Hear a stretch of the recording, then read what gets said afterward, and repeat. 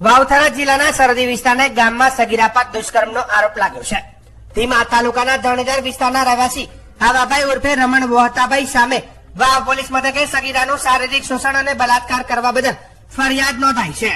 ફરિયાદ મુજબ આરોપીએ ફરિયાદીની સગીર પુત્રી સાથે શારીરિક અડપલા કર્યા હતા. તેણે સગીરના મોબાઈલમાંથી તેના ફોટા લીધા હતા અને પોતાની સાથેના ફોટા પણ પાડ્યા હતા. આ ફોટા સોશિયલ મીડિયા પર વાયરલ કરવાની ધમકી પણ આપી આરોપી સગીરાને વારંવાર છાપરે બોલાવતો હતો. ફરિયાદમાં વધુમાં જણાવાયું છે કે એકલતાનો લાભ લઈ આરોપીએ ભોગ બનનાર સગીરાની મરજી વિરુદ્ધ વારંવાર બલાત્કાર ગુજાર્યો હતો. આ ઉપરાંત તેણે સાક્ષી અને ફરિયાદીને અપશબ્દ બોલી જાનથી મારી નાખવાની ધમકીઓ પણ આપી હતી. આ સમગ્ર ઘટના અંગે પીડિતે પરિવારે વાવ પોલીસમાં ફરિયાદ નોંધાવતા પોલીસે ગુનો દાખલ કરી વધુ તપાસ હાથ ધરી છે. આ ઘટનાને કારણે વિસ્તારમાં લોકો આરોપી સામે કડક કાર્યવાહીની માંગ કરી રહ્યા છે.